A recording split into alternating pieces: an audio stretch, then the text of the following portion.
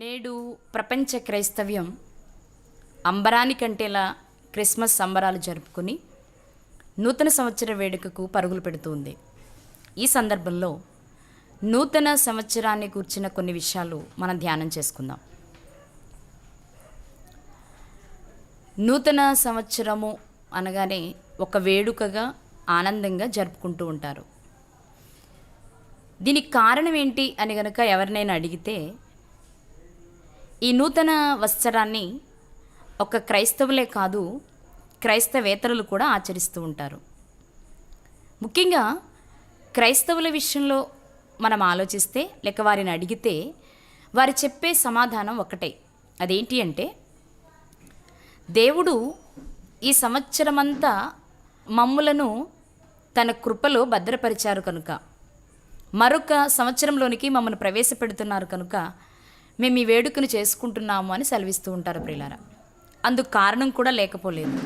అదేంటి అంటే, పరిశుద్ధ గ్రంథమునందు సంవత్సరమున నీ దయాకిరీటము ధరింపచేసి ఉన్నావు అనే ఒక వచనం మనకు కనిపిస్తుంది. దీన్ని ఆధారం చేసుకుని సంవత్సరము నుండి మరొక సంవత్సరంలోనికి వెళ్ళేటప్పుడు ఖచ్చితంగా ప్రతి ఒక్కరూ ఈ వేడుకను జరుపుకుంటూ ఉంటారు. అయితే వాక్యం సెలవిస్తున్న విషయాలను కాస్త పరిశీలనగా చూస్తే కొన్ని విషయాలు మనకు అర్థమవుతూ ఉంటాయి ప్రియులారా. అవేంటి అంటే, నరుని ఆయుష్ గడ్డి పువ్వు లాంటిది, నీటి బుడగ లాంటిది, ఆవిరి లాంటిది, ఊపిరి లాంటిది, నీడ లాంటిది, త్రాసు మీద ధూళి లాంటిది, నేలను ఒలికితే ఎత్తలేని నీళ్ల లాంటిది, నేడుండి రేపు పొయ్యిలో వేయు గడ్డి పువ్వు లాంటిది. ఇలా అనేక వచనాలు నరుని ఆయుష్ను గురించి వ్రాయబడ్డాయి. అలాంటప్పుడు సంవత్సరం వరకు కాపాడితేనే వేడుక చేసుకోవడం అనేది ఎంతవరకు ధర్మం అంటారు? మరుక్షణము మనకు లేదు అని వాక్యం సెలవిస్తున్నప్పుడు, ప్రతి క్షణము దేవుని కృపే అంటున్నప్పుడు, ఒక రకంగా చెప్పాలంటే ప్రతి క్షణం మనం పండుగ చేసుకోవాలి, అంతే కదా? ఎందుకని? ఈ క్షణమే మనది, మరుక్షణం మనది కాదు. మరి మరుక్షణం మనకు వచ్చింది అంటే అది దేవుని కృపే కదా. అంటే ప్రతి క్షణానికి పండుగ చేసుకోవాలి, ప్రతి గంటకు పండుగ చేసుకోవాలి, ప్రతి వారానికి, ప్రతి మాసానికి, ప్రతి సంవత్సరానికి పండుగ చేసుకోవాలి. కానీ ఇది సాధ్యం కాదు గనుక వాక్యము కూడా సంవత్సరమున అనే పదం వాడబడింది గనుక సంవత్సరానికి ఒకసారి పండుగ చేసుకుంటున్నాము అంటున్నారు. మంచిదే. కానీ పండుగ ఎందుకు చేసుకుంటున్నావు అంటే, దేవుడు నాకు ఒక సంవత్సరపు ఆయుష్ కాలాన్ని, ఆరోగ్యాన్ని ఇచ్చారు, మరొక సంవత్సరంలోనికి ప్రవేశపెడుతున్నారు గనుక కృతజ్ఞతతో చేసుకుంటున్నాను అనుకునేవారు ఒక్కసారి ఆలోచించవలసిన విషయం ఏంటి అంటే, దేవునికి కృతజ్ఞతాస్తుతి చెల్లించుట అంటే, దేవునికి కృతజ్ఞతాస్తుతి చెల్లించుట అంటే ఎలా అండి? మందు విందు చిందుతోనా? ఇంటికి రంగులు ఒంటికి హంగులతోనా?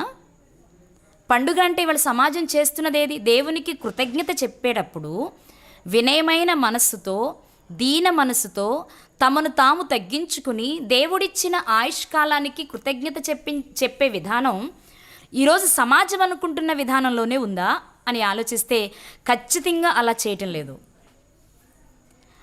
ఆయుష్ ఇచ్చారు కనుక ఆనందంతో గంతులు వేస్తూ పండుగ చేసుకుంటున్నారే తప్ప, కనురెప్ప పాటైనా కనుమూయకుండా కంటికి రెప్పలా కాపాడుతున్న కన్న తండ్రికి కృతజ్ఞత చెప్పే విధానంలో చెప్పట్లేదని మనం చెప్పుకోవాలి. కాబట్టి ఒకసారి బాగా ఆలోచిస్తే ప్రపంచం అనుకుంటున్న వేడుక దేవుడు మెచ్చేలా లేదని చెప్పాలి.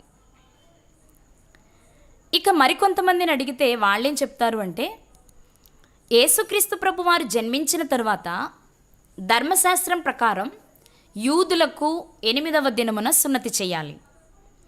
కాబట్టి క్రిస్మస్ అయిపోయిన 8వ దినమే నూతన సంవత్సరం వస్తుంది కనుక మేము యేసుక్రీస్తు వారికి సున్నతి చేయబడిన దినమునే వేడుకగా చేసుకుంటున్నామని చెప్పేవారు కూడా లేకపోలేదు.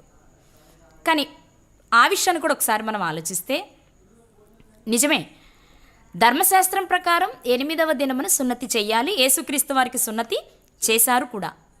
అయితే అది జనవరి 1వ తారీఖు అని మనం ఎలా చెప్తాం? ఎలా అంటే డిసెంబర్ 25 యేసుక్రీస్తు వారు జన్మించారు అనుకుంటున్నారు కనుక. కానీ వాస్తవాన్ని పరిశీలిస్తే యేసుక్రీస్తు ప్రభువారు యూదా వంశంలోనూ గోత్రంలోనూ జన్మించారు. మరియమ్మ గారి గర్భాన జన్మించారు. యూదా బెత్లెహేములోనే జన్మించారు. పశువుల తొట్టెలోనే పండుకోబెట్టబడ్డారు. ఇవన్నీ తెలుపబడిన విషయాలే అయినా ఆయన ఏ నెల ఏ తేదీన జన్మించారు అనేది మాత్రం బైబిలు చెప్పలేదు. మరి డిసెంబర్ 25న ఆయన జన్మించారు అనడానికి ఆధారమే లేనప్పుడు 8వ దినము సున్నతి జనవరి 1 అని చెప్పడానికి కూడా ఆధారం లేదు కదండి. అది మనం నిర్ణయించుకున్నది. అంటే మనుషుల పారంపర్య ఆచారానికి విలువనిచ్చి లోకస్తుల మర్యాదను అనుసరించి వేడుకను చేసుకుంటుంది సమాజం, అంతే తప్ప చేసుకుంటున్న వేడుక ద్వారా దేవునికి మహిమ కలుగుతుందో లేదో చూసుకోలేకపోతున్నాము. కానీ ఒకసారి ఆలోచించుకోవడానికి దేవుడు మనకు అవకాశం ఇచ్చారు కనుక ఈ దినం మనం ఆలోచిద్దాం ప్రియులారా. మనం ఇప్పటివరకు చెప్పుకున్న 2 విషయాలు ఏంటి అంటే, ఒకటి దేవునికి కృతజ్ఞత చెప్తున్నామన్న పేరుతో లోక సంప్రదాయ ప్రకారం ఆచారంగా చేసుకుంటున్నారు. 2, యేసుక్రీస్తు వారికి సున్నతి చేయబడిన దినము అనుకుని అది కూడా మనుషుల పారంపర్య ఆచార ప్రకారమే జరిగిస్తున్నారు. సో ఈ 2 విధానాలలో చేసుకున్నప్పటికీ అది దేవుడు మెచ్చేదిగా లేదని చెప్పాలి. ఇక చేసుకుంటున్నవారు ఒకవేళ ఏ కారణం చేతనైనా మా జీవితాలలో ఒక దినం ఆనందంగా గడపాలనుకుంటున్నామండి పండుగ దినాన, కాబట్టి మేము చేసుకుంటున్నాం అనుకునేవారు ఒకసారి తమను తాము పరిశీలించుకోవాల్సిన విషయాలు కొన్ని ఉన్నాయి. అవేంటో ఒకసారి పరిశీలిద్దాం ప్రియులారా. ఈ లోక సంబంధమైన ఆనందాలు అశాశ్వతం. అవి ఏ విషయంలో వచ్చే ఆనందమైనా తాత్కాలికమైందనే సంగతి అందరికీ తెలుసు. ఉదాహరణకు ఒక రైతు వ్యవసాయం చేస్తే మంచి పంట చేతికొస్తే ఆ రోజు తాను చాలా ఆనందంగా ఉంటాడు. ఒక రకంగా చెప్పాలంటే అది అతనికి పండుగ దినమే. కానీ అది ప్రతి ఏడు అలాగే ఉంటుందా? లేదా ఆనందం జీవితమంతా ఉండిపోతుందా అంటే లేదు. మరొకసారి పంట వేస్తాడు, ఈసారి ఒకవేళ నష్టం వస్తే ఆ ఆనందం అతని జీవితంలో ఉండదు. అంటే ఒకసారి కలిగిన ఆనందం శాశ్వతం కాదు, లోక సంబంధమైనది అని మనకు తెలుపుతుంది. అలాగే ఒక వ్యాపారస్తుని తీసుకోండి, లాభం వచ్చింది. ఒక విద్యార్థిని తీసుకోండి, మంచి ఫలితం వచ్చింది. ఇలాంటివి ఏవి తీసుకున్నా ఆ ఆనందాలు మనిషికి ఆనందాన్ని ఇస్తాయి, కానీ శాశ్వతం కాదు. మరి శాశ్వతమైన ఆనందం ఎక్కడుంది? దేనిలోని ఆనందాన్ని శాశ్వతమని క్రైస్తవుడు భావించాలి అని ఆలోచిస్తే బైబిల్ చాలా విషయాలు చెప్పింది. కొన్ని విషయాలు మనం ఈరోజు జ్ఞాపకం చేసుకుందాం ప్రియులారా. పౌలు గారు చెప్పిన ఒక మాటను చూద్దాం. ఫిలిప్పీలకు రాసిన పత్రిక 4వ అధ్యాయము 4వ వచనం. ఎల్లప్పుడూ ప్రభువునందు ఆనందించుడి, మరలా చెప్పుదును ఆనందించుడి. పౌలు గారు ఫిలిప్పీలో ఉన్న సంఘానికి లేఖ వ్రాస్తూ ఏమని చెప్తున్నారు అంటే, ఆనందించుడి, ప్రభువునందు ఆనందించుడి, అది ఎల్లప్పుడూ ఆనందించుడి. ఆనందించాలి. దేనిలో? ప్రభువునందు మాత్రమే. ఆ ఆనందం కూడా ఎప్పుడు? ఎల్లప్పుడూ. అంటే శాశ్వతమైన ఆనందము క్రీస్తునందే ఉన్నది. క్రీస్తును కలిగి ఉంటే కలిగే ఆనందమే శాశ్వతం. క్రీస్తును కలిగి ఉంటే వచ్చేదే ఆనందం. మరలా చెప్తున్నానండి, క్రీస్తును కలిగి ఉంటే వచ్చేది ఆనందం, క్రీస్తును కలిగి ఉంటే వచ్చే ఆనందమే శాశ్వతం. కాబట్టి శాశ్వతమైన ఆనందం కొరకు మనం ఎదురు చూసేవారిగా ఉండాలి తప్ప తాత్కాలికమైన ఆనందం కోసం దేవునిని బాధపెట్టేవారిగా, మనం నష్టపోయేవారిగా ఉండకూడదు. మరి ప్రభువునందు ఆనందించడం ఎలా? ఆనందం మనకు ఎలా సొంతమవుతుంది అని ఆలోచిస్తే ఇదే పౌలు గారు కొరింథీయులకు రాస్తూ ఒక మాట చెప్పారు, చూద్దాం. కొరింథీయులకు రాసిన 2వ పత్రిక 5వ అధ్యాయము 17వ వచనం. ఎవడైనను క్రీస్తునందున్న ఎడల వాడు నూతన సృష్టి, పాతవి గతించెను, ఇదిగో క్రొత్తవాయను. చాలండి. క్రీస్తును కలిగి ఉంటేనే ఆనందము అనుకుంటే ఆ ఆనందం మనకు ఎలా వస్తుంది అంటే క్రీస్తునందు నూతన సృష్టిగా మారితే. క్రీస్తులో నూతన సృష్టిగా మారిన వారికి మాత్రమే శాశ్వత ఆనందం కలుగుతుంది ప్రియులారా. మరి నూతన సృష్టిగా మారటం అంటే ఎలా? మనం ఆనందంగా ఉండాలి, అది శాశ్వతమైన ఆనందమై ఉండాలి, అది క్రీస్తులోనే ఉంటుంది. అది కూడా ఎప్పుడు అని ఆలోచిస్తే క్రీస్తునందు నూతన సృష్టిగా మారినప్పుడు మాత్రమే. మరి నూతన సృష్టిగా మారడం అంటే ఎలా ఆలోచిస్తే పౌలు గారు రోమిలకు రాస్తూ మరొక మాట చెప్పారు, చూద్దాం. రోమిలకు రాసిన పత్రిక 12వ అధ్యాయము 2వ వచనం. మీరు ఈ లోక మర్యాదను అనుసరింపక ఉత్తమమును అనుకూలమును సంపూర్ణమునై ఉన్న దేవుని చిత్తమేదో పరీక్షించి తెలుసుకున్నట్లు మీ మనస్సు మారి నూతన మగుట వలన రూపాంతరము పొందుడి. ప్రియులరా, ఈ లోక మర్యాదను విడిచిపెట్టి దేవుని చిత్తమును తెలుసుకోవాలి అంటే మనము మార్పు చెందాలి అని ఈ వచనం మనకు సెలవిస్తూ ఉంది. ఇంతకు దేవుని చిత్తం తెలుసుకోవాలి అంటే మార్పు చెందాలా అంటే అవును, దేవుని చిత్తాన్ని తెలుసుకోవడానికి మన మనస్సు మారి నూతనం అవ్వాలి. ఇంతకీ అంత గొప్పదా ఆయన చిత్తం? దేవుని చిత్తం అంత గొప్పదా అంటే మనం చదువుకున్న వచనంలో ఏం కనిపించిందంటే ఆయన చిత్తం ఎలాంటిది అంటే ఉత్తమమును అనుకూలమును సంపూర్ణమునై ఉన్న దేవుని చిత్తము. దేవుని చిత్తము ఉత్తమమైనది, దేవుని చిత్తము అనుకూలమైనది, దేవుని చిత్తము సంపూర్ణమైనది. ఈ 3 లక్షణాలు కలిగిన దేవుని చిత్తాన్ని మనం తెలుసుకోవాలి అంటే 2 పనులు మనం చేయాలి. 1, ఈ లోక మర్యాదను విసర్జించాలి, అనుసరించకూడదు. 2, మన మనస్సు మార్చుకుని నూతన మనస్సును తెచ్చుకోవాలి. అంటే ప్రభువులో ఆనందం మనకు ఎలా వస్తుందంటే నూతన సృష్టిగా మారితే. నూతన సృష్టిగా ఎలా మారుతామంటే మన మనస్సును మార్చుకుంటే. అప్పుడే ప్రభువునందు సంపూర్ణమైన శాశ్వతమైన ఆనందాన్ని మనం చవి చూడగలం ప్రియులారా. కాబట్టి పండుగ చేసుకునే వారు ఆలోచించవలసిన విషయం ఏంటి అంటే పండుగ ద్వారా మీరు పొందే ఆనందం శాశ్వతమైనదేనా? ప్రభువునందు కలిగిన ఆనందమేనా? అదైతే బాగుంటుంది. ఇది దేవుడు సెలవిస్తున్న విషయం ప్రియులారా. కాబట్టి మన ఆనందం శాశ్వతమైనది కావాలి అంటే ప్రభువులోనే ఉంటుంది. ప్రభువులోనే ఆనందించాలంటే మనం ఆయన యందు నూతన సృష్టిగా మారాలి. నూతన సృష్టిగా మారాలి అంటే మన మనస్సును మార్చుకోవాలి. ఇది ఎలా జరుగుతుంది అని ఆలోచించినప్పుడు బైబిల్ నందు కొంతమంది వ్యక్తులు మనకు కనిపిస్తారు.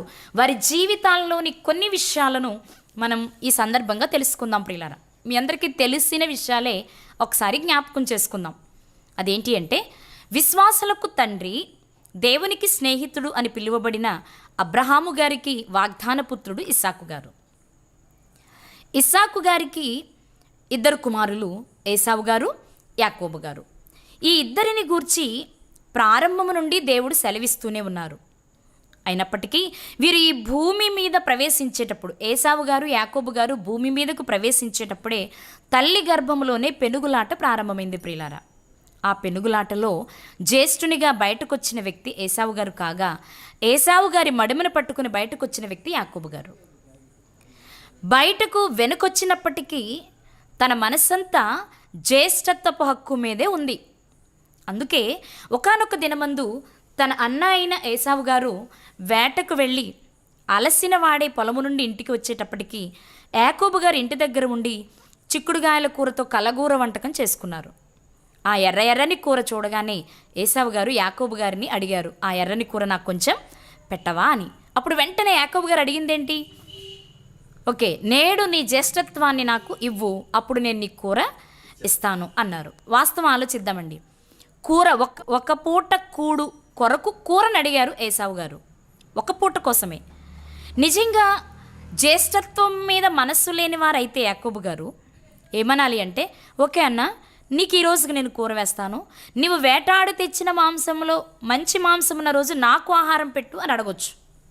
లేదు, నేను ఒకరోజు పెడుతున్నాను, నీవు నాకు వారం రోజులు పెట్టు అని అడగొచ్చు. అంతేనండి. ఇలాంటివి కాకుండా ఆయన ఏమడిగారు? జ్యేష్ఠత్వాన్ని అడిగారు. ఇది దేవుని సంకల్పం ప్రకారం జరుగుతున్నప్పటికీ బాహ్యంగా మనం చూడగానే ఏసావు గారు అడిగిన దానికి యాకోబు గారు అడుగుతున్న దానికి సంబంధం లేనట్లుగా అనిపిస్తుంది.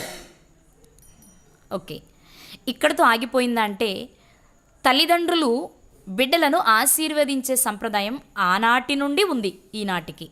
అందులో భాగంగానే ఇస్సాకు గారు తన వృద్ధాప్యమందు తన కుమారుడైన జ్యేష్ఠ కుమారునిగా పుట్టిన ఏసావు గారిని ఆశీర్వదించాలి అనుకుని, నాయనా నువ్వు వేటాడి మంచి మాంసంతో నాకు భోజనం తయారు చేసి తీసుకునిరా, నా మరణకాలం ఎప్పుడో నాకు తెలియదు కనుక నిన్ను నేను ఆశీర్వదిస్తాను అని సెలవిచ్చారు. అప్పుడు ఏసావు గారు వేటకు వెళ్ళిపోయారు. ఈ మాటలన్నీ రిబ్కా గారు విన్నారు. విని తన చిన్న కుమారుడైన యాకోబు గారి చేత మంచి వంటకం సిద్ధం చేసి తండ్రి దగ్గరకు దీవెన కొరకు పంపించారు. పంపిస్తున్నప్పుడు తల్లికి కుమారునికి రిబ్కా గారికి యాకోబు గారికి మధ్య కొంత సంభాషణ జరిగింది.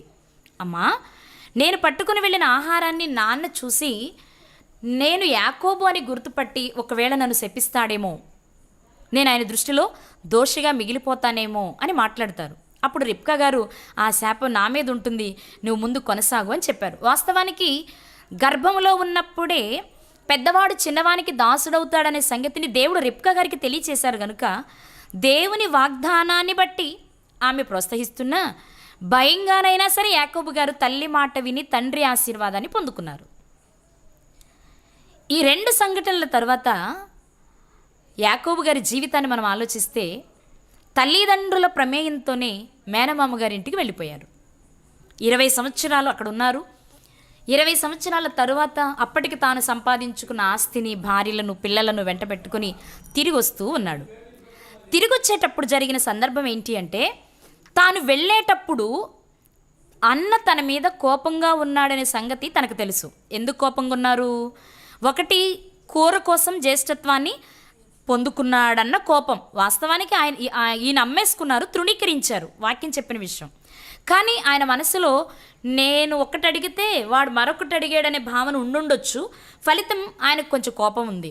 రెండవది, దానికంటే ముఖ్యమైనది, తండ్రి ఆశీర్వాదాన్ని నేను పొందుకోలేకపోయాను, వాడు నన్ను మోసం చేసి దీవెన తీసుకున్నాడు అనే కోపం ఏసావు గారికి యాకోబు గారి మీద ఉంది. అందుకే ఆ సందర్భంలో ఆయన చెప్పిన మాట ఏంటి అంటే, నా తండ్రి వృద్ధాప్యంలో ఉన్నారు, ఆయన మరణదినం తీరిన తర్వాత నేను యాకోబుని చంపేయాలి అనుకున్నారు. ఈ విషయం యాకోబు గారికి కూడా తెలుసు. తల్లి విన్నారు. ఈ విషయాలన్నీ గ్రహించిన తర్వాతే మేనమామ గారి ఇంటికి పంపడం జరిగింది. కాబట్టి ఇప్పుడు తిరిగి వచ్చేటప్పుడు యాకోబు గారికి ఉన్న ఆలోచన ఏంటి అంటే, నా అన్న నన్ను చంపేస్తాడేమో. ఎందుకంటే నేను వెళ్ళేటప్పుడు ఆయన స్థితి అది. ఆయనలో మార్పు వచ్చిందో లేదో యాకోబు గారికి తెలియదు కదా. కాబట్టి ఏం జరుగుతుందనే భయంతో ఆయన ఏం చేస్తారంటే, తిరిగి వచ్చేటప్పుడు కొంత కానుకను అన్నకి ఇవ్వాలి అని ఏర్పాటు చేసుకుంటారు. ముందుగా ఒక దూతను పంపిస్తారు, ఇదిగో నీ తమ్ముడు వస్తున్నారు అని ఆ విషయాన్ని ఏసావు గారికి తెలపాలి అని. వాళ్ళు వెళ్ళి తెలిపినప్పుడు ఏసావు గారు ఏమంటారు అంటే, సరిగా స్పందించినట్టు అనిపించదు. అంటే ఏసావు గారి ఉద్దేశం వేరు. ఏంటి అంటే, ఏసావు గారి ఉద్దేశం తమ్ముడిని ఎదుర్కొని స్వాగతం పలికి తీసుకురావాలనేది ఏసావు గారి ఉద్దేశం. కానీ అభిప్రాయం అర్థం కాకపోవడం, ఈయన కానుక పంపించినా ఏసావు గారు తీసుకోకపోవడం వలన నా అన్నకు నా మీద కోపం తీరలేదేమో అనే భయంతోనే యాకోబు గారు ఉన్నారు. ఓకే, ఆ భయంతో ఉన్నప్పుడు ఒక రాత్రి అతని జీవితంలో కలిగిన పెనుమార్పును మనం ఈరోజు చూడాలి. ఎందుకు అంటే, ఆ మార్పే అతని జీవితంలో శాశ్వతమైంది అని మనం గుర్తుపెట్టుకోవచ్చు ప్రియులారా. అదేంటో ఒకసారి చూద్దాం. ఆదికాండము 32వ అధ్యాయము 22వ వచనం. ఆ రాత్రి అతడు లేచి తన 2 భార్యలను, తన 2 దాసీలను, తన 11 మంది పిల్లలను తీసుకుని ఎబ్బోకు రేవు దాటిపోయెను. యాకోబు వారిని తీసుకుని ఆ ఏరు దాటించి తనకు కలిగినదంతయు పంపివేసెను. యాకోబు ఒక్కడు మిగిలిపోయెను. ప్రియులారా, ఏం జరిగింది అంటే, యాకోబు గారు మనుషులు పంపించారు, ఏసావు గారు కాదన్నారు. కానుకను పంపించారు, నాకెందుకు ఇది అక్కర్లేదు అన్నారు. ఇక యాకోబు గారికి భయం వేసింది. ఒక రాత్రి ఏం చేశారు అంటే, అతడు లేచి తన 2 భార్యలను, తన 2 దాసీలను, తన 11 మంది పిల్లలను తీసుకుని ఎబ్బోకు రేవు దాటిపోయారు. దాటిన తరువాత వారిని పంపించి ఈయన ఒక్కరే మిగిలిపోయారు. ప్రియులారా, ఒక విషయాన్ని మనం జ్ఞాపకం చేసుకుంటే, చాలా ఆస్తిని సమకూర్చుకుని 20 సంవత్సరాల తర్వాత తిరిగి వస్తున్నారు యాకోబు గారు. కానీ తిరిగొస్తున్న నా అన్నను చూడబోతున్నానే, నా తండ్రిని చూడబోతున్నానే, నా వారిని చూడబోతున్నానే, లేక నాకు కలిగిన ఆస్తిని చూపించబోతున్నానే అనే ఆనందం యాకోబు గారిలో ఉందంటారా? తిరిగి వచ్చేటప్పుడు ఆనందంగానే బయలుదేరి ఉండొచ్చేమో, కానీ ఆ స్వస్థలం సమీపిస్తూ ఉండగా అతనిలో భయం పెరుగుతూ వచ్చింది. ఆనందం లేదు. ఆస్తిని సంపాదించుకున్న ఆనందం లేదు. ఇంక మీరు బాగా ఆలోచిస్తే, తండ్రి వలన దీవెన పొందుకున్నా, జ్యేష్ఠత్వ హక్కును పొందుకున్నా కూడా అతని జీవితంలో ఆనందం లేదు ప్రియులారా. ఇది మనం ఆలోచించవలసిన విషయం. తండ్రి వలన ఆశీర్వాదం పొందాను, ఇక నాకే బాధ లేదు, నాకే శత్రువు లేరు, నన్నెవరు ఓడించలేరు అనే ఉద్దేశంలో యాకోబు గారు లేరు. ఆశీర్వాదం పొందుకున్నా, జ్యేష్ఠత్వ హక్కును పొందుకున్నా, మామగారి దగ్గర ఆస్తిని సంపాదించుకున్నా, 2 భార్యలను 2 దాసీలను కొడుకులను సంపాదించుకున్నా, అతడు ఆ రాత్రి ఎంత కలవరపడుతున్నాడో ఈ సందర్భాన్ని బట్టి మనం జ్ఞాపకం చేసుకోవచ్చు ప్రియులారా. తనకున్నవి లోక సంబంధమైనవన్నీ ఉన్నాయి, కానీ అవి తనకు ఆనందాన్ని ఇవ్వటం లేదు. మరి ఎప్పుడు కలిగింది ఆయనకు ఆనందం అని ఆలోచిస్తే తాను ఒక్కడే మిగిలిపోయాడు. ఆ రాత్రి ఒక నరుడు అతనితో పెనుగులాట ప్రారంభించాడు. ఇవి మీకు తెలిసిన విషయాలు. ఈ పెనుగులాటలో తెల్లవారిపోతుంది, నన్ను విడిచిపెట్టు అని ఆ నరుడు లేక ఆ దూత మాట్లాడడం మనం చూస్తాం. ఆ సందర్భంలో యాకోబు గారు పలికిన మాట ఏంటో ఒకసారి మనం చూద్దాం. ఆదికాండము 32వ అధ్యాయము 26వ వచనం. ఆయన తెల్లవారుచున్నది గనుక నన్ను పోనిమ్మనగా అతడు, నీవు నన్ను ఆశీర్వదించితేనే కానీ నిన్ను పోనీయను అనెను. తెల్లవారిపోతుంది. ఆ పోరాటం చేస్తున్న నరుడు లేక దూత వెళ్ళిపోవడానికి ప్రయత్నిస్తూ ఉన్నారు. దూతాన్ని నేను ఎందుకు అంటున్నాను అంటే హోషేయ గ్రంథంలో వ్రాయబడిన మాట అది. ఒకసారి చూద్దామా? హోషేయ గ్రంథము 12వ అధ్యాయము 3వ వచనం చదువుకుందాం. 3, 4 కూడా చదువుదాం. తల్లి గర్భమందు యాకోబు తన సహోదరుని మడిమెను పట్టుకునెను. మగసిరి కలవాడై అతడు దేవునితో పోరాడెను. అతడు దూతతో పోరాడి జయమొందెను. చాలండి. ఎవరండి? దూతతో పోరాడి జయమొందెను. ఎవరు? యాకోబు గారు. ఓకేనా? ఓకే. ఇప్పుడు ఇక్కడ ఆదికాండంలో ఒక నరుడు అని వ్రాయబడింది. ఆ నరుడు దూత అని మనకి హోషేయ గ్రంథం ద్వారా తెలుస్తూ ఉంది. ఇప్పుడు యాకోబు గారు చేస్తున్న పనేంటి అంటే దూతతో, ఇదిగో నీవు నన్ను ఆశీర్వదించు, నన్ను ఆశీర్వదిస్తేనే నేను నిన్ను విడిచి పెడతాను అంటున్నారు. ప్రియులారా, ఇక్కడ మనం ఆలోచిద్దాం. తండ్రి ఆశీర్వదించారు కదా యాకోబు గారిని. ఆ ఆశీర్వాదాన్ని బట్టే కదా యాకోబు గారికి ఏసావు గారికి మధ్య అంతరాయం కలిగింది. అంటే ఏసావు గారు కోపపడ్డారు. మరి తండ్రి ఆశీర్వాదం ఉండగా మరలా దూతతో నన్ను ఆశీర్వదించు అని ఎందుకు అడుగుతున్నారు అంటే, తండ్రి ఇచ్చిన ఆశీర్వాదం చల్లదని నేను చెప్పట్లేదు, కానీ శాశ్వత ఆనందం కావాలి అంటే అది దేవునిలోనే లభిస్తుంది అని యాకోబు గారికి పూర్తి స్థాయిలో అర్థమైన రాత్రి అది. ప్రియులు, ఒకసారి మనం జ్ఞాపకం చేసుకుందాం. అప్పటి వరకు తన జీవితంలో ఎన్నో విషయాలు జరుగుతూ వచ్చాయి.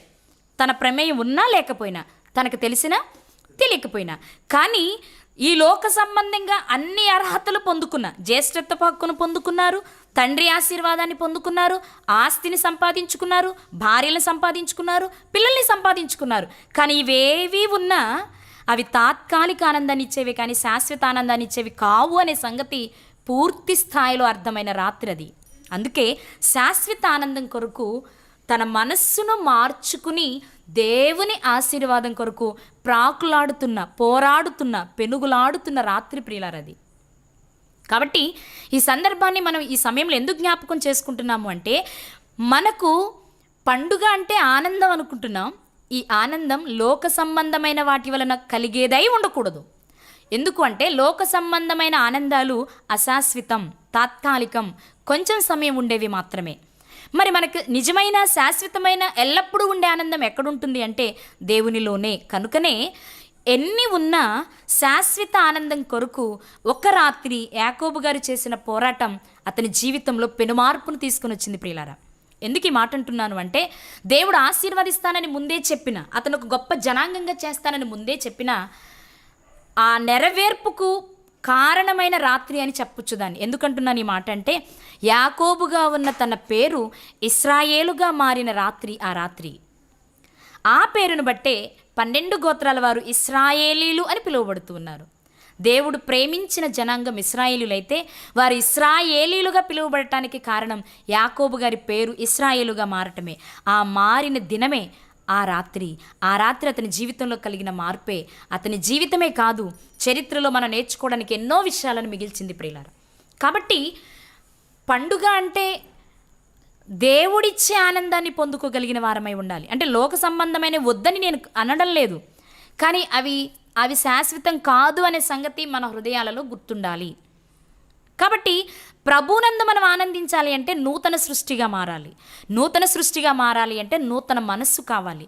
ఆ మనస్సు ఎలా కలుగుతుంది అంటే, ఇదిగో లోకములో ఎన్ని ఉన్నా కలుగవు, కానీ మనం ప్రభువుని ఆశ్రయిస్తే, దేవుని చెంతకు చేరి దేవునికి మొదటి స్థానం ఇచ్చి దేవుని ఆశీర్వాదాన్ని పొందుకుంటే అప్పుడు మన నూతన సృష్టిగా శాశ్వతమైన ఆనందాన్ని కలిగి ఉంటాం ప్రియులారా. ఓకే, ప్రారంభం నుండి మన స్థితి ఎలా ఉందో మనకు తెలియనప్పుడు తెలుసుకుని దేవుని దగ్గరకు రావడం ఒక రకం. దానికి బెస్ట్ ఎగ్జాంపుల్ యాకోబు గారి జీవితం. కొన్ని సందర్భాలలో చిన్ననాటి నుండి భయభక్తులు కలిగి ఉన్న ఒక వయసు వచ్చిన తర్వాత శరీర కోరికలకు బెండై వంగిపోయి లోబడిపోయి కొన్ని సందర్భాలలో దేవునికి దూరం అయ్యే పరిస్థితులు ఉంటాయి. మరి అప్పుడు శాశ్వత ఆనందం ఉంటుందా? చిన్నప్పటి నుంచి నేను భయభక్తులు కలిగిన వాడను, చిన్నప్పటి నుంచి ప్రతి విషయంలో దేవునికి అనుకూలంగా ఉన్నవాడను, నేను ఒక చిన్న పొరపాటు చేస్తే ఏమవుతుందిలే అనుకుంటే పొరపాటు. దానిని దేవుడు క్షమించరు ప్రియులారా.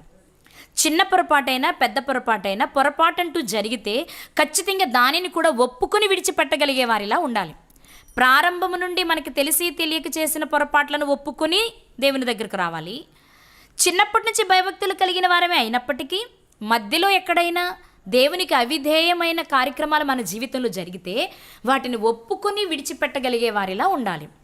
ఇలా ఉండాలి, ఇలా మన మనస్సును మార్చుకుని నూతన సృష్టిగా మారాలి అని తెలపడానికి మరొక వ్యక్తి జీవితం మనకు బైబిల్లో కనిపిస్తుంది. ఆయన ఎవరు అంటే, మీ అందరికీ బాగా సుపరిచితమైన వ్యక్తి. దేవుడే సాక్ష్యం ఇచ్చారు, ఇతడు నా ఇష్టానుసారుడైన మనుష్యుడు అని. ఆ వ్యక్తే దావీదు గారు ప్రియులారా. ఆయన జీవితం కూడా మీకు బాగా తెలుసు. చిన్ననాటి నుండే తల్లిదండ్రులకు విధేయునిగా, అన్నలకు విధేయునిగా, తల్లిదండ్రులు అప్పగించిన పని విషయంలో బాధ్యత కలిగిన వానిగా మనం చూస్తూ ఉంటాం. అయితే ఆయన జీవితంలో కూడా ఒక భయంకరమైన చీకటి రాత్రి జరిగింది. అది మీకు తెలుసు. బత్షెబ గారి విషయంలో తన జీవితంలో ఒకే ఒక విషయంలో తప్పు చేసినట్లుగా వాక్యం సెలవిస్తుంది. మొదటి రాజుల గ్రంథం 15వ అధ్యాయం 4వ వచనంలో ఊరియా విషయమందు తప్ప అని దేవుడు వ్రాయించారు. ఎందుకు అంటే ఊరియా గారిని చంపించారు, ఊరియా గారి భార్యను ఆయన తన భార్యగా చేసుకున్నారు. ఈ విషయంలో దేవునికి నచ్చలేదు. ఈ పొరపాటు విషయంలో, ఈ తప్పిదం విషయంలో దావీదు గారు ఎలా తీసుకున్నారు? నాకేంట్లే, నేను రాజును కదా, నేను ఎలా జీవించినా పర్వాలేదు, లేకపోతే చిన్ననాటి నుండి నేను భయభక్తులు కలిగిన వాడనే కదా, ఏమైందిలే ఒక్క పొరపాటు, లేదా నేను రాజును కదా, నేను ఏం చేసినా ఎవరికీ తెలియదులే అనుకున్నారా అంటే లేదండి, అలా అనుకోలేదు.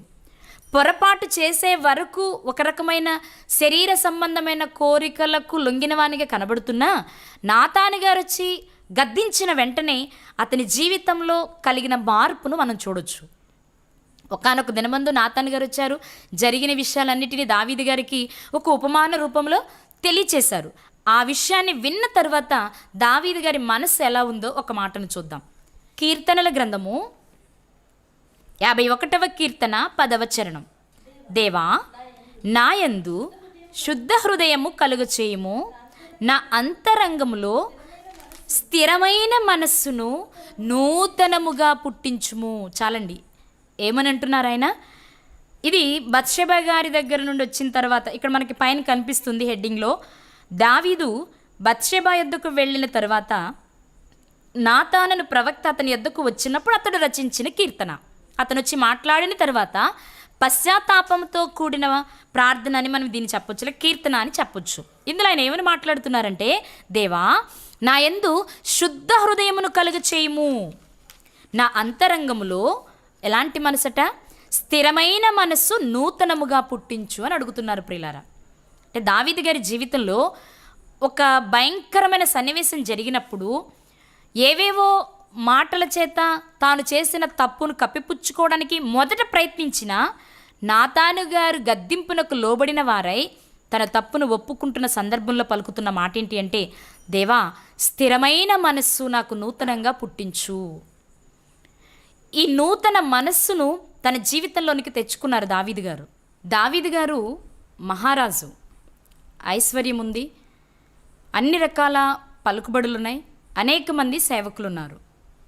అయితే ఊరియా గారి భార్య అయిన బత్షెబ గారి విషయంలో ఆనందాన్ని అనుభవించాలనుకుని ఆమెను తెచ్చుకున్నారు. కానీ ఆ ఆనందం తనకు శాశ్వతమైన ఆనందంగా మిగిలిందా అని ఆలోచిస్తే శాశ్వత ఆనందం కాలేదు ప్రియులారా. శరీర సుఖానికి ప్రాధాన్యతనిచ్చిన ఆయన అది తప్పు అని తెలుసుకున్నప్పుడు వెంటనే పశ్చాత్తాపడినట్టుగా చూస్తున్నాం. ఇక్కడ మనం ఏం తెలుసుకోగలము అంటే, ఎన్ని ఉన్నా శరీర సంబంధమైన సుఖానికి ఇచ్చిన ప్రాధాన్యత శాశ్వత ఆనందాన్ని దావీదు గారికి ఇవ్వలేదు. శాశ్వత ఆనందం కొరకే నూతనమైన మనస్సును స్థిరముగా పుట్టించు అని మరలా దేవుని దగ్గర ప్రాధేయపడ్డారు. ప్రారంభంలో ఆశీర్వాదం ఉన్నా, ఆస్తి ఉన్నా, శాశ్వత ఆనందం కావాలి అంటే దేవుడే ఆశీర్వదించాలి అనుకున్నారు యాకోబు గారు. తన మనస్సును మార్చుకుని ఆశీర్వాదానికి కారకుడయ్యాడు. అలాగే దావీదు గారి విషయం మనం ఆలోచిస్తే, అధికారం ఉన్నా, ఆస్తి ఉన్నా, పేరు ప్రఖ్యాతులు ఉన్నా, వాటి వలన వచ్చే ఆనందం కంటే దేవుడిచ్చే ఆనందమే స్థిరమైనది అని గ్రహించి స్థిరమైన మనస్సు నూతనంగా పుట్టించమని అడుగుతూ ఉన్నారు ప్రియులారా. అంటే ప్రారంభము నుండి మిస్టేక్స్ చేసి ఒప్పుకొని విడిచిపెట్టడం ఒక ఎత్తైతే, ప్రారంభం నుండి మంచిగా ఉండి మధ్యలో తప్పిదం చేసి విడిచిపెట్టడం రెండవ ఎత్తు. ఏది ఏమైనా మనస్సు మారి నూతనమై చేసుకునే ఆనందం, లేకపోతే మనం కలిగించుకునే ఆనందమే శాశ్వతమైనది అని మనం గుర్తుపెట్టుకోవాలి. ఆ ఆనందం ఉన్న రోజే మనం చేసుకునే పండుగకు అర్థం ఉంది ప్రియులారా. పండుగ అంటే లోక సంబంధమైన మర్యాదను అనుసరించి లోకస్తుల మాదిరిగా మూర్ఖులకు ఈ తరము వారు చేసినట్లుగా చేసుకుని శాశ్వతమైన ఆనందం కాని దానికి పరుగులు తీయడం కాదు. కానీ ప్రభునందు ఆనందించగలిగే వారిగా మనం ఉండాలి. అంటే మన పాత రోత జీవితాన్ని కడుక్కుని నూతన సృష్టిగా మారేవారిగా ఉండాలి. కడుగుకున్న తర్వాత కూడా ఒకవేళ పడిపోతే పశ్చాత్తాప హృదయంతో విడిచిపెట్టగలిగే వారిగా మనం ఉండాలి. కొన్ని సందర్భాలలో ప్రారంభము నుండి తిరుగుబాటు చేస్తూ తల్లిదండ్రులకు దూరమైన సందర్భాలు కూడా చరిత్రలో ఉన్నాయి. మనకు తెలుసు కదా, తప్పిపోయి తిరిగి వచ్చిన కుమారుని చరిత్ర మనకు తెలుసు. అతని జీవితం ఏంటి? మరి అతనికి ఎప్పుడు ఆనందం వచ్చింది? మీరు ఆలోచించండి. తండ్రి ఆస్తి గలవాడు, ఆ ఆస్తి అతనికి ఆనందాన్ని ఇస్తుంది అనుకున్నాడు. అందుకే నా వాటా నాకు ఇచ్చేయమన్నాడు. ఆ వాటాను తీసుకుని దూరదేశం వెళ్ళిపోయాడు. తనకు నచ్చినట్లుగా దుర్వ్యాపారము చేసి మొత్తాన్ని పాడు చేసుకున్నాడు ప్రియులారా. తన ఆస్తి తనకు ఆనందాన్ని ఇచ్చిందా? తన డబ్బు తనకు ఆనందాన్ని ఇచ్చిందా? తన వారు లేని చోట తనకు ఆనందం కలిగిందా అని ఆలోచిస్తే, డబ్బున్న స్నేహితుల వలన దానిని పాడు చేసుకున్నట్లు మనం చూస్తాం. అది పాడైన తర్వాత తన వైపు చూసేవారు ఎవరూ లేనప్పుడు తనకు అర్థమైంది ఏమని? ఈ లోక స్నేహం కానీ, ఈ లోక ధనము కానీ శాశ్వత ఆనందాన్ని ఇవ్వవు అని. అప్పుడు ఆయనకు అర్థమైంది, నా తండ్రి ఇంటికి నేను తిరిగి వెళ్ళాలి అని. అంటే తన మనస్సు మార్చుకుని నూతనపరుచుకున్నాడు ప్రియులారా. ఇలా నూతన పరుచుకొనుట చేత వచ్చే ఆనందమే శాశ్వతమైనది. కానీ దేవుడు లేని, దేవునికి చోటు లేని, పాపమును విడిచిపెట్టకుండా చేసుకునే ఏ ఆనందమైనా, కలుగుతున్న ఏ ఆనందమైనా ఆనందం అనుకుంటే పొరపాటు. అది ఏదో ఒకరోజు మనకు ఆనందాన్ని విషాదంగా మార్చి వెళ్ళిపోయేవే తప్ప శాశ్వత ఆనందాన్ని ఇచ్చేవి కావు. కాబట్టి ప్రియులారా, పండుగ అంటే ఆనందం అని చెప్పుకునే మనం లోక సంబంధమైన తాత్కాలికమైన ఆనందాల కోసం దేవుణ్ణి బాధపెట్టి శాపగ్రస్తులమయ్యేవారిగా మనం ఉండకూడదు. కానీ మన జీవితంలో మనం చేసిన తప్పిదాలను ఒప్పుకొని మనస్సును మార్చుకొని, అంటే మారు మనస్సు పొంది క్రీస్తును స్వరక్షకునిగా అంగీకరించి నూతన సృష్టిగా మారితే కలిగే ఆనందం మనకి శాశ్వతం. మరి అలాంటి శాశ్వత ఆనందం కొరకు పరిగెత్తేవానిగా ఉన్నావా? తాత్కాలికమైన ఆనందం కొరకు పరిగెత్తేవానిగా ఉన్నావా? తాత్కాలికమైనదే శాశ్వతమని బ్రహ్మసి లోకం వెంబడి పరుగులు తీస్తూ ఉంటే ఒకరోజు ఆ ఆనందం కోల్పోయిన రోజు మరలా మనకు సమయం ఉంటుందో లేదో. కనుక ప్రియులారా, నూతన సంవత్సరంలోనికి ప్రవేశించబోతున్న మనమంతా ఒకసారి ఆలోచన చేద్దాం. ఆనందం అనుకుంటూ మనం చేసుకునేవి శరీరానికి మాత్రమే ఆనందాన్ని ఇచ్చేవా? మనసుకు ఆనందాన్ని ఇచ్చేవా? మనుషులకు ఆనందాన్ని ఇచ్చేవా? దేవుని సంతోషపెట్టేవా అనే విషయాన్ని ఒకసారి పరిశీలన చేసుకుందాం. యేసుక్రీస్తుని స్వరక్షకునిగా అంగీకరించకుండా, నూతన సృష్టిగా మారకుండా ఆనందిస్తున్నాను అనుకుంటే అది తాత్కాలికమని గమనిద్దాం. క్రీస్తును కలిగి ఎల్లప్పుడూ ఆయన పనిలో, ఆయన కొరకు బ్రతుకుతూ ఆయనిచ్చే ఆనందాన్ని శాశ్వతంగా ఎంచుకుందాం. తండ్రిని, కుమారులను సంతోషపెడదాం. వారిచ్చే సంతోషాన్ని మనం పొందుకొని శాశ్వత లోకానికి వెళ్ళడానికి ప్రయత్నిద్దాం. అట్టి కృప దేవుడు మనందరికీ దయచేయునుగాక.